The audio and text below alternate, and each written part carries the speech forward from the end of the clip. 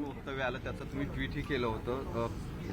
काय सांगाल आता? खरं तर तुम्हाला सगळ्यांना माहिती आहे, आपल्या महाराष्ट्रामध्ये पहिले मुख्यमंत्री स्वर्गीय यशवंतराव चव्हाण साहेब झाले. स्वर्गीय यशवंतराव चव्हाण साहेबांनी सुसंस्कृत राजकारण कसं करायचं असतं, सुसंस्कृतपणा कसा दाखवायचा असतो, विरोधकांच्या बद्दल बोलत असताना कशी पातळी सोडायची नसते, कमरेखालचे वार कसे करायचे नसतात, काही आरोप प्रत्यारोप होत असतात, परंतु ते मांडण्याची काही पद्धत असते. हे सगळं त्यांनी आपल्याला शिकवलं आणि तीच पद्धत पुढं वसंतराव नाईक, वसंतदादा पाटील, पवारसाहेब अशा अनेक मान्यवर, विलासराव देशमुख अशा अनेक मान्यवरांनी तीच पद्धत पुढं त्या ठिकाणी चालू ठेवली.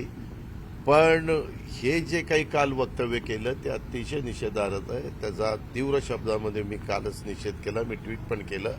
मी नुसता तेवढ्यावर थांबलो नाही, मी त्यांना फोन केला. त्यांना म्हणलं की अजिबात तुमचं केलेलं स्टेटमेंट आम्हाला कुणाला आवडलं नाही, हे तुम्ही बंद करा. अशा पद्धतीनं वैयक्तिक कुणाच्या बद्दल बोलणं ही आपली पद्धत नाहीच आहे आणि त्याबद्दलचा आम्ही निषेध केलेला आहे. आणि फक्त पवार साहेबांच्याबद्दल तर हे असं पुन्हा घडताच कामा नये. पण इथून पुढे महाराष्ट्रामध्ये अनेक नेते मंडळी येतील, अनेक राजकीय पक्षाचे वक्ते येतील, अनेक राष्ट्रीय नेते येतील. कुणीच कुणाच्याबद्दल बोललं नाही पाहिजे. तुम्हाला काय भूमिका मांडायची ती मांडा ना. तुमची विचारधारा, इतरांची विचारधारा वेगवेगळी असू शकते, मतमतांतर असू शकतं, परंतु ते मतमतांतर मांडत असताना काहीतरी त्याला ताळमेळ तरी असला पाहिजे. आणि हे अतिशय निंदनीय प्रकार आहे, म्हणजे ज्याला म्हणतो ना आपण विनाशकाली विपरीत बुद्धी, त्यातला प्रकार आहे. तर त्यांनी सांगितलेलं नाही आता अशी परत गोष्ट होणार नाही. बघू. दादा, खरं तर सदाभाऊ खोत आज पुण्यामध्ये येणार होते, त्यांची पत्रकार परिषद होती आणि पवार गटाचे म्हणजे सगळे कार्यकर्ते अग्रेसिव्ह दिसत आहेत, कुठेतरी ते आंदोलन करणार होते, त्यांची ही पत्रकार परिषद उधळून लावणार होते. तुम्ही त्यांना काही सांगितलं का येऊ नका तुम्ही काही दिवस? मी कशाला, मला काही माहिती, मी असं सांगितलं नाही. मी त्यांना सांगितलं तुम्ही जे काही बोललेलं आहे ते अतिशय चुकीचं आहे. अशा पद्धतीनं बोलून तुम्ही नवीन प्रश्न निर्माण करू नका. वडीलधारी लोकांच्याबद्दल अशा पद्धतीचं वक्तव्य केलेलं महाराष्ट्र सहन करत नाही, आम्ही लोक सहन करत नाही, आम्हाला ते मान्य नाही. दादा, सदाभाऊंची खरेदी पहिली वेळ नाही. यापूर्वी त्यांनी अशा प्रकारचे वादग्रस्त वक्तव्य केलेले साहेबांच्या विरोधात, आपल्या विरोधात. म्हणजे अगदी ते जोयाच्या डेअरीचं प्रकरण तुम्हाला माहिती असेल, त्या काळात त्यांना हाती जावं लागलं. सातत्याने हे मागचं मला माहिती नाही, हे आत्ताचं केलेलं आहे, हे त्यांनी चुकीचं केलेलं आहे आणि त्याच्याबद्दल मी त्याचा निषेध केलेला आहे. हे अतिशय निंदनीय प्रकार त्यांनी केला. विधानसभेच्या निवडणुका सुरू आहेत. काही ठिकाणी महायुती आणि महाविकास आघाडी दोन्ही ठिकाणी मैत्रीपूर्ण बऱ्याच ठिकाणी लढत आहेत. म्हणजे कुठे? पुरंदरमध्ये भेटायला आले बऱ्याच ठिकाणी. पुरंदरमध्ये काही पण तुम्ही कसं सांगता? तुम्ही पत्रकार आहात, तुम्हाला प्रश्न विचारायचा अधिकार आहे. परंतु काही 2-3 ठिकाणी महाराष्ट्रामध्ये अशा पद्धतीनं घडलंय, 2-3-4 ठिकाणी. ते कमी करण्याचा प्रयत्न आम्ही शेवटपर्यंत करत होतो, म्हणजे विशेषतः विड्रॉलच्या 3 वाजेची वेळ येईपर्यंत. पण काही ठिकाणी राहिलेत ही वस्तुस्थिती. पुरंदर आणि भोरमध्ये काय ते प्रॉब्लेम पण त्यांनी भोरमध्ये अधिकृत नाही राहिला, परंतु पुरंदरमध्ये, नंतर तुमच्या श्रीरामपूरमध्ये, नंतर सिंदखेड राजामध्ये आणि देवळालीमध्ये. याला मैत्रीपूर्ण लढती म्हणायचं का काय म्हणायचं? नाही, आता काल आम्ही परवा प्रचाराचा नारळ फोडत असताना त्याच्याबद्दलची चर्चा त्या ठिकाणी केली कोल्हापूरला. मी आज दुपारी म्हणजे तुमच्याशी बोलून अजून माझ्या 2 मिटिंग आहेत, ते झाल्यावर मी मुंबईला चाललोय. मुंबईला गेल्यानंतर आज रात्री पुन्हा मी बसून त्याच्यातनं मार्ग काढण्याचं काम करू. दादा, तुम्ही आज मुंबईला जाणार आहात, नवाब मलिकांची रॅली आहे, नवाब मलिकांची रॅली आहे, तुम्ही रॅलीमध्ये सहभागी होणार आहात का? त्यांची प्रचाराची मोठी जंगी रॅली आहे. अरे बाबा, आम्ही त्यांना उमेदवारी दिली ना, घड्याळाचं चिन्ह दिलंय ना, तुम्ही जाणार आहात? आम्ही त्याच्यामध्ये जाणारच ना. अजूनपर्यंत नवाब मलिकांच्यावर आरोप झाले, आरोप सिद्ध झाल्याशिवाय तुम्ही दोषी कसं ठरवता? नाही, पण दादा काल प्रवीण दरेकरांना विचारलं, सगळ्यांना विचारलं, ते म्हणे आम्ही जाणार नाही त्यांच्या प्रचाराला. नाही, ठीक आहे ना, त्यांनी काय करावं हा त्यांचा अधिकार आहे. सिंचन घोटाळ्याचं समर्थन सूत्रस्थांनी केलेलं आहे. त्यांनी असंही म्हटलेलं आहे की फडणवीसांनी गोपनीयतेचा भंग केलेला आहे फाईल दाखवून. सिंचन घोटाळ्याची फाईल दाखवली. सही केलेली फाईल सही केलेली फाईल दाखवून त्यांनी गोपनीय अरे बाबांनो, माहितीच्या अधिकारात तुम्हाला पाहिजे ते पाहायला मिळतं काय रे तुम्ही तुम्ही एखाद्याने चुकीचं सांगितलं तर तुम्ही दुरुस्त करून घ्यायला पाहिजे. माहितीच्या अधिकारामध्ये तुम्हाला माहिती मिळवता येते. दादा, लाडकी बहीण योजना आपण राबवली आणि आता काल राहुल गांधींनी नागपूरमध्ये आम्ही 3,000, आमचं सरकार आलं तर आम्ही 3,000 रुपये काय अशा झालंय पद्धतीने- खरं तर आता काही राजकीय लोक असं काही सांगायला लागलेत, अक्षरशः बनवाबनवी करायला लागलेत, आपल्या महाराष्ट्रातल्या मतदारांना फसवायला लागलेले. ते कसं तर मी ज्यावेळेस आम्ही महायुतीच्या सरकारमध्ये एकनाथराव मी देवेंद्रजींनी 1,500 रुपये देण्याचा निर्णय घेतला त्यावेळेस 2.5 कोटी महिलांना 1,500 प्रमाणे वर्षाला खर्च येतोय 45,000 कोटी. वीज माफीचा येतोय 15,000 कोटी. 45 आणि 5 50 आणि 10 60 आणि बाकीचे काही इतर खर्च 3 गॅस सिलेंडर आणि काय ते मुलींना मोफत शिक्षण वगैरे ह्या सगळ्याचा विचार करता ते जाते 5 लाख कोटीला.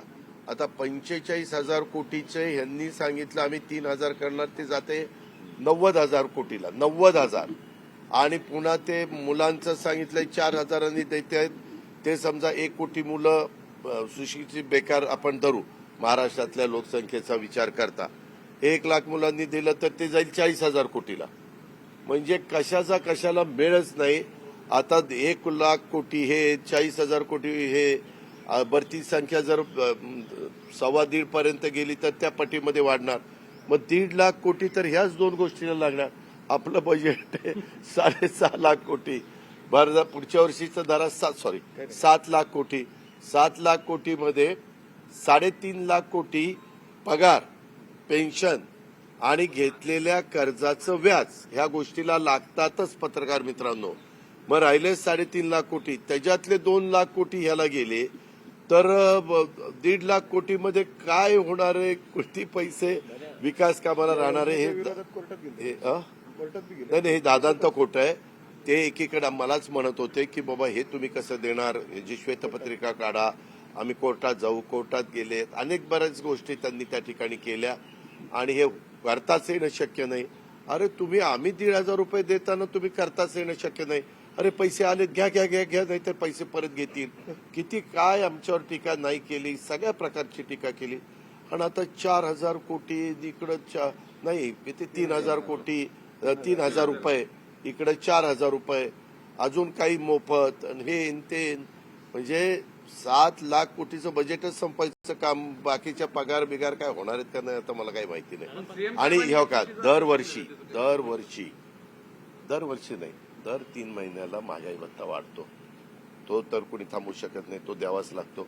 त्याच्यामध्ये आपण केंद्र सरकार ज्या पद्धतीनं वाढ करते त्याच प्रकारची वाढ तुमच्या माझ्या महाराष्ट्रामध्ये होते. त्यांच्याशी आपण लिंकअप केलेलं आहे.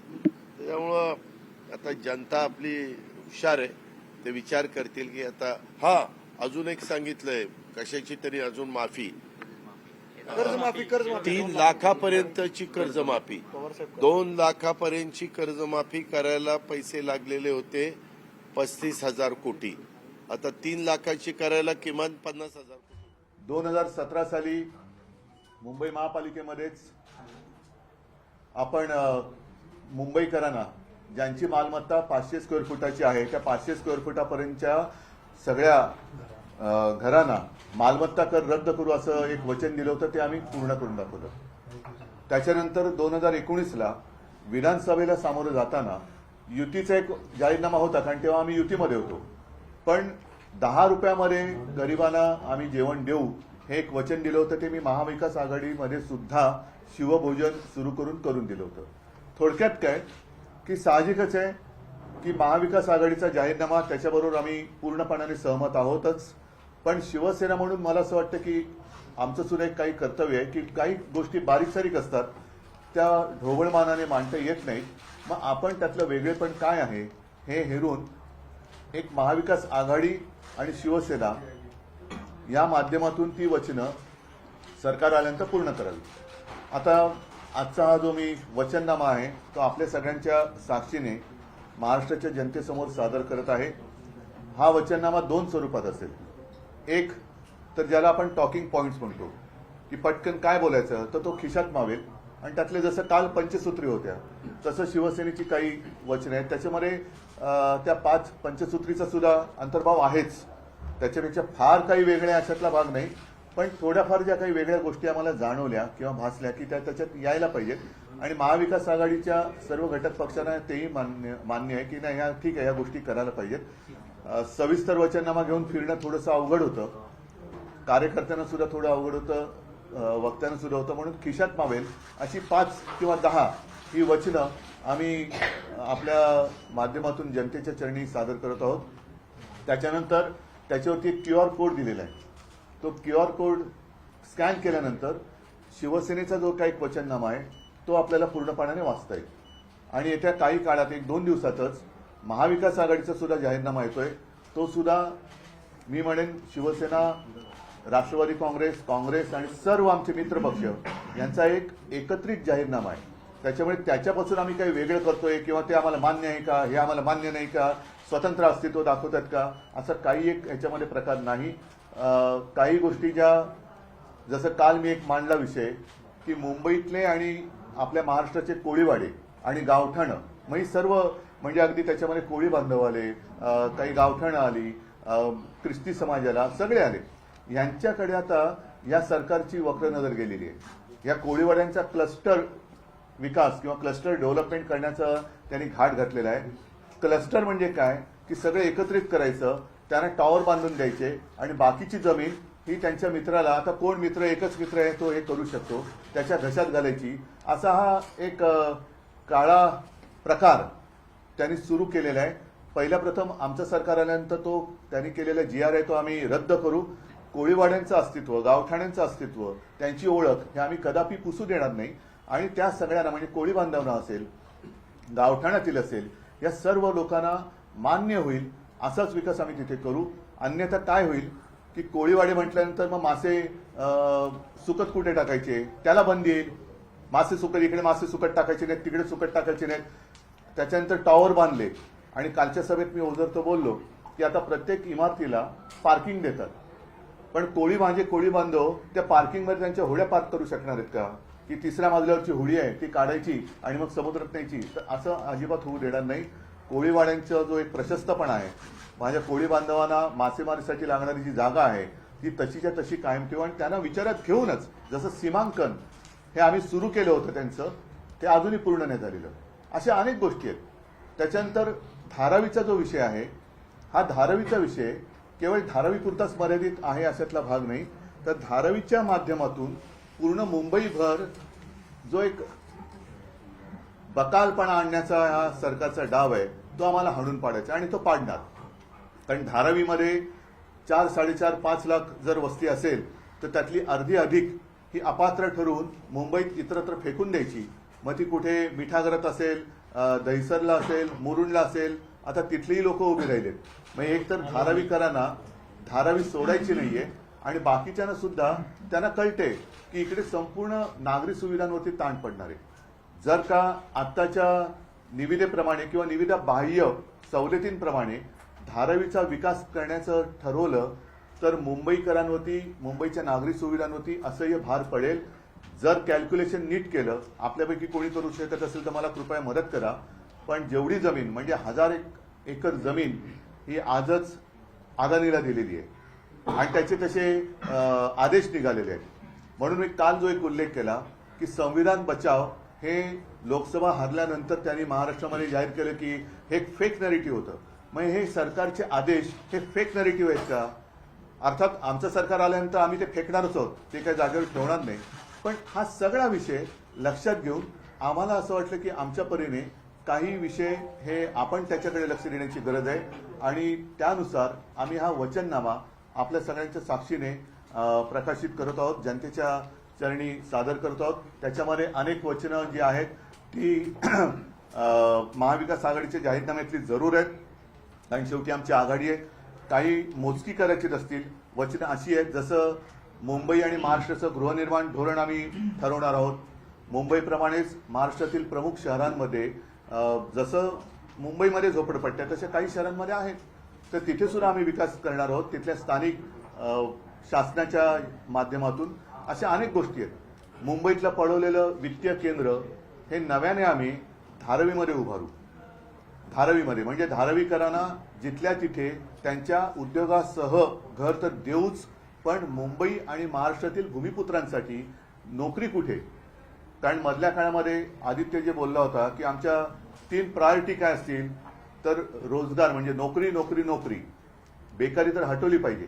पण त्याच्यासाठी कुठेच या सरकारच्या म्हणजे आताचं जे मिंदे सरकार आहे त्यांच्या कारभारात कुठे काही दिसत नाहीये. त्यांना फक्त गद्दारांना नोकऱ्या त्यांनी दिल्या, बाकीच्या जनतेला काही दिलेलं नाहीये. तर आम्ही आमच्या महाराष्ट्रातील भूमिपुत्रांना, मग त्याच्यामध्ये मुलं आली मुली आली मुली आल्या, यांच्यासाठी नोकऱ्यांच्या संध्या उपलब्ध करून देऊ.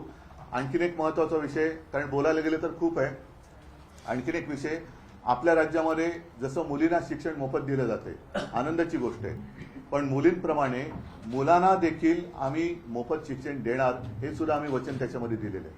5 जीवनावश्यक वस्तूंचे भाव हे स्थिर ठेवणार हे सुद्धा वचन आम्ही दिलेलं आहे. तर अशा गोष्टी बऱ्याच आहेत. आपल्या हाती तो वचननामा आल्यानंतर आपल्याला कळेलच. तूर्त मी जनतेच्या चरणी आम्ही काय सेवा करू इच्छितो हे सादर करतोय. आणि या हवेतल्या गोष्टी नाहीत, आम्ही करून दाखवलेल्या आहेत. महापालिकेत 500 फुटापर्यंतचा मालमत्ता कर जसा रद्द केला, अशा अनेक गोष्टी आहेत. पण शेतकऱ्यांचं पीक कर्ज 2 लाखापर्यंत आम्ही माफ करून दाखवलं किंवा मुक्त करून दाखवलं. आम्ही करून दाखवलंय. जे करणार आहोत तेच आम्ही बोलतो आणि जे बोलतो ते आम्ही करतो.